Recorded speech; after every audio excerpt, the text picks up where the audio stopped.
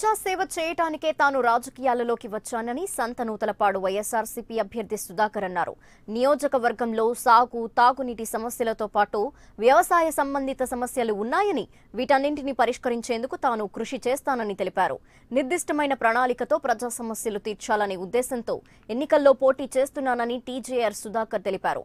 ప్రజాసేవ చేసేందుకు తనకు ఒక అవకాశం ఇవ్వాలంటున్న సుధాకర్ బాబుతో మా ప్రతినిధి Souri face to face. Santhanuthalapadu YSR Congress party MLA అభ్యర్థి టీజేఆర్ సుధాకర్ బాబు. రాజకీయాల్లో టీజేఆర్ సుధాకర్ బాబు అంటే సహజంగా పరిచయం లేని వ్యక్తి. ఎందుకంటే చాలా పోరాటాలు, ధైర్యంగా ముందుకు వెళ్ళటము, సమస్యల మీద పోరాటము గతంలో చాలా చేసి ఉన్నారు. కానీ ఈ రోజున ఎమ్మెల్యే అభ్యర్థిగా ప్రకాశం జిల్లా సంతనూతలపాడు నుంచి ప్రజల్లోకి వెళుతున్నారు.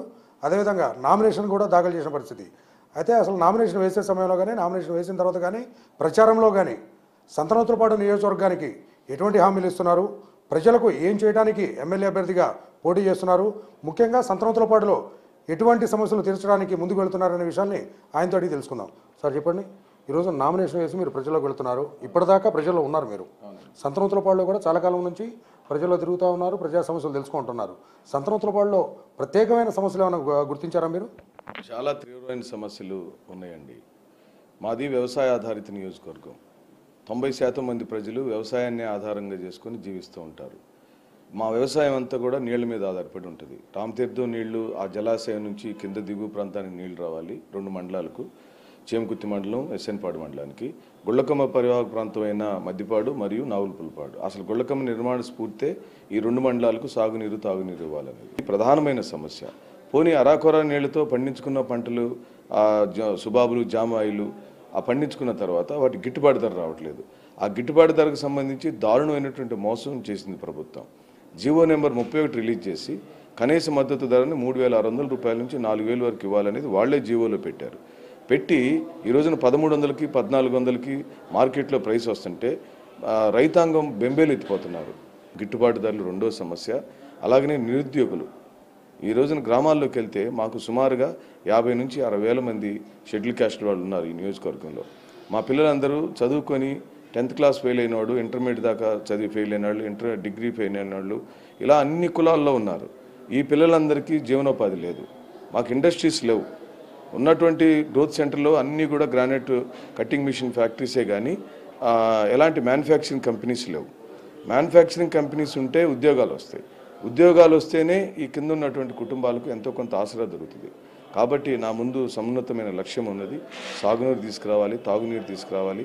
మరి ముఖ్యంగా గుళ్ళకమ్మ నీళ్లను మద్దిపాడు, నాగులపాడు మండలాలకు ఉపయోగించిన తదుపరి మాత్రమే చుక్క బుట్టైనా పక్కకి వెళ్ళేటట్టుగా కార్యాచరణ రూపొందిస్తాం. కాబోయే ముఖ్యమంత్రి జగన్మోహన్ రెడ్డి గారిని ఒప్పిస్తాం. దానికి ప్రచారంలో మీకు ఎటువంటి ఆదరణ లభిస్తుంది? ఈ సమస్యలు దీర్ఘకాలికంగా ఉన్న సమస్యలు అంటే గత ప్రభుత్వాలు చేయలేదంటారా, లేకుంటే గతంలో ఇక్కడ ఉన్న ప్రజాప్రతినిధులు పట్టించుకోలేదంటారా? మరి దీర్ఘకాలికంగా ఉన్న సమస్యలను ఎందుకు తీర్చలేకపోయారన్నారు? మీ దగ్గర ప్రజల సమస్యలు ఏ విధంగా చెప్పడానికి వస్తున్నారు మీ ముందుకు? నేను చెప్పానని కాదు, మీరు చెక్ చేయండి. ఖచ్చితంగా 4 సంవత్సరాల నుంచే ఈ సమస్య ఉత్పన్నమైంది. గత కాంగ్రెస్ ప్రభుత్వంలో, వైఎస్ఆర్ గారి ప్రభుత్వంలో, వైఎస్ఆర్ గారు గుళ్ళకమ్మ నిర్మాణం, రామతీర్థం నిర్మాణం జరిగేటప్పుడే ఇది సస్యశ్యామలం కాబోతుందని ప్రజలు నమ్మారు. వారు పరిపాలించిన 5 సంవత్సరాలు సస్యశ్యామలంగానే పండింది. అలాగే వర్షాభావం కూడా ఉన్నమాట వాస్తవం. వర్షాలు ఆ రోజు బాగా పడి ఉన్నాయి. ప్రజలు మాకు చెబుతున్నటువంటి విశేషాలు, గ్రామాల్లోకి వెళ్ళినప్పుడు కనీసం గేదెలకు మేతేసుకోవడానికి కూడా దిక్కుదోచని పరిస్థితుల్లో ఉన్నారు. వ్యవసాయం సరిగా లేనప్పుడు వాటికి ఆల్టర్నేటివ్ పాడి పరిశ్రమ. అంటే గేదెలు పెంచుకొని పాలు పిత్తుకొని ఆ పాలను తీసుకెళ్లి డైరీలో అమ్ముకుంటారు. ఒంగోలు డైరీని సర్వనాశనం చేశారు హెరిటేజ్ కంపెనీ కోసం. ఇవన్నీ మేము రాజకీయ విమర్శలు కాదండి, ఇది నగ్న సత్యాలు. నిర్దిష్టమైన లక్ష్యం ఉంది అంటున్నారు. నన్ను గెలిపించండి, నేను మీకు ఆసరాగా ఉంటా, మిమ్మల్ని ఆదరిస్తానని చెప్తున్నారు. కానీ ఇప్పుడు ఈరోజు నామినేషన్ వేసిన సమయంలో మీరు ప్రజలకు ఇచ్చే మాట ఏంటి అని ఒక మాటలో చెప్పమంటే ఏం చెప్తారు? నేను రైతుల పక్షపాతిని అని చెబుతాను, పేదల పక్షపాతిని అని చెబుతాను, కార్మికుడికి కర్షకుడికి పక్షపాతిని అని చెబుతాను, విద్యార్థుల యువతులకు పక్షపాతిని అని చెబుతాను. నేనేమంటున్నానంటే, మన కష్టం తెలిసిన వాడు పరిపాలిస్తే, మనల్ని అర్థం చేసుకునేవాళ్ళు పరిపాలిస్తే, మనల్ని మనుషులుగా చూసేవాళ్ళు పరిపాలిస్తే, మన కష్టాన్ని వాళ్ళ కష్టంగా ఫీల్ అయ్యేవాడు పరిపాలిస్తేనే న్యాయం జరుగుతుంది. అది వైఎస్ఆర్ కుటుంబం వలన మాత్రమే జరుగుతుందని నేను కూడా కష్టాల్లో నుంచి, పేద కుటుంబంలో నుంచి చిన్నగా ఎదిగొచ్చిన వాడు. నేనేం పారాచ్యూట్ లీడర్ని కాదు, మా నాన్నగారు కలెక్టర్ కాదు, మా నాన్నగారు ఐఆర్ఎస్ ఆఫీసర్ కాదు, నాకే ఆ కుటుంబ నేపథ్యం లేదు.